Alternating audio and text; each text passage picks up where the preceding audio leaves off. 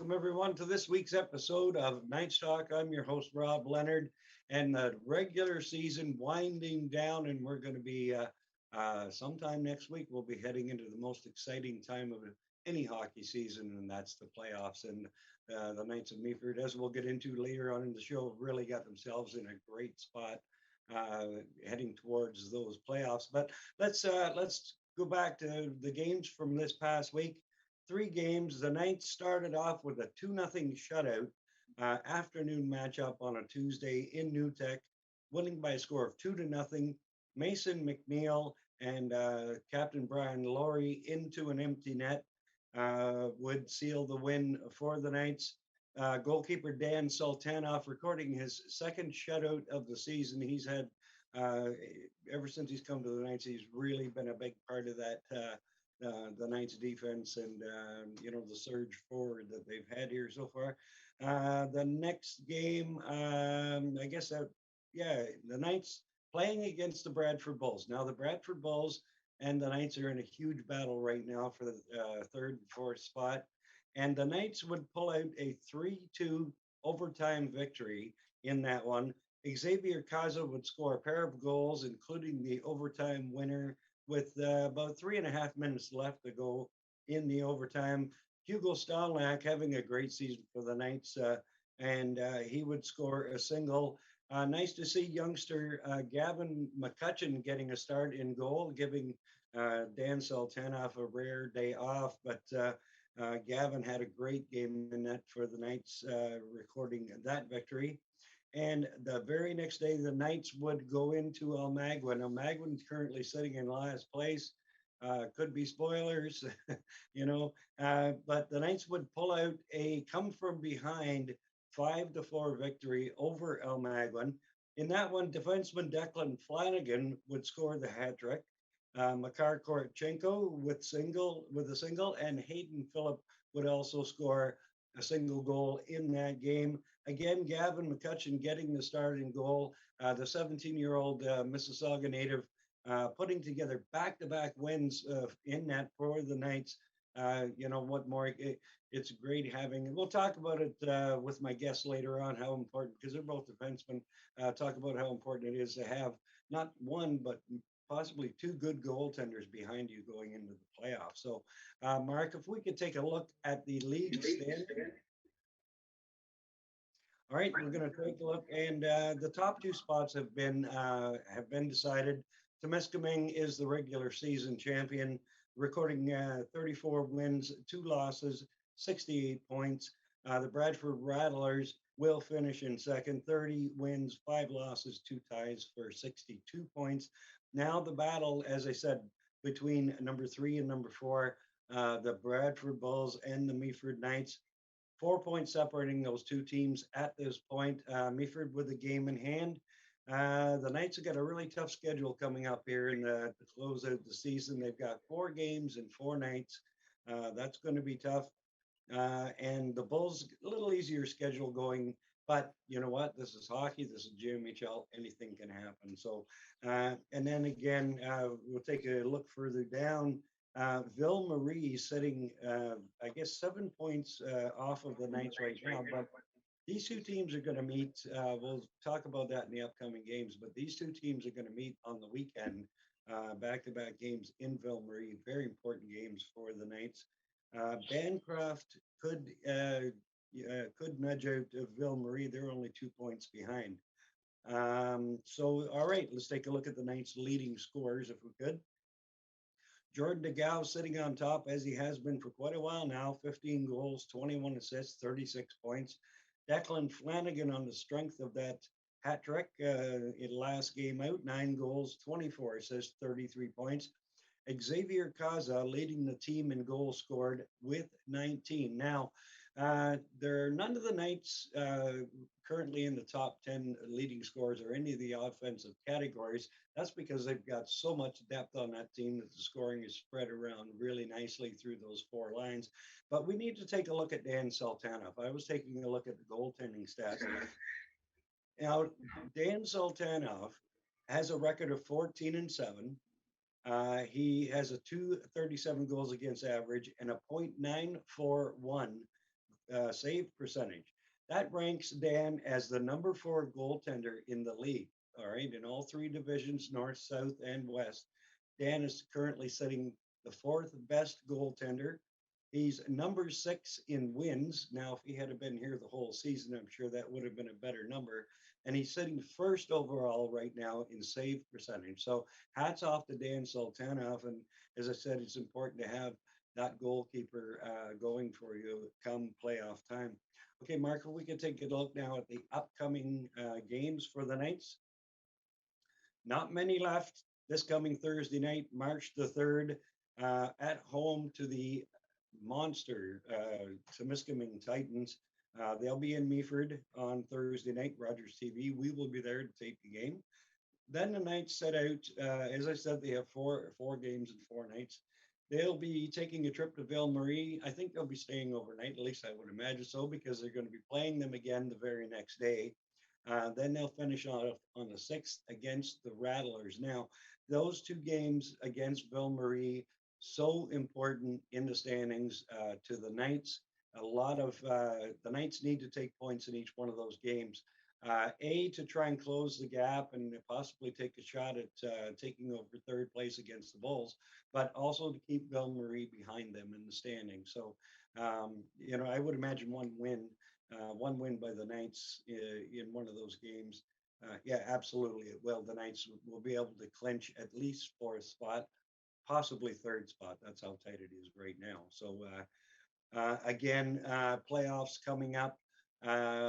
Talking with Dan Smith earlier today, he figures that the playoffs are going to start sometime midweek next week. The Knights are guaranteed. They are guaranteed. Well, maybe not quite guaranteed just yet. Home ice advantage, but that's going to be very important because the first round is the best 2 out of 3.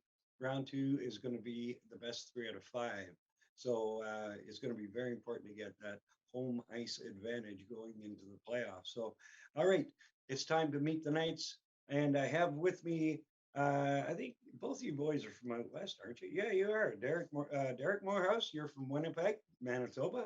And Blayze Siebert, you're from Saskatchewan. So I guess that would explain the 6'6" and the 6'2" coming from you fellas, right? The big, strong Western boys. Yeah. All right, guys. Yeah. Now, let's start with you, Derek. Derek, you've only played 16 games this year. I think you had some injury problems early on, did you not? Yeah, that's right. I had a high ankle sprain.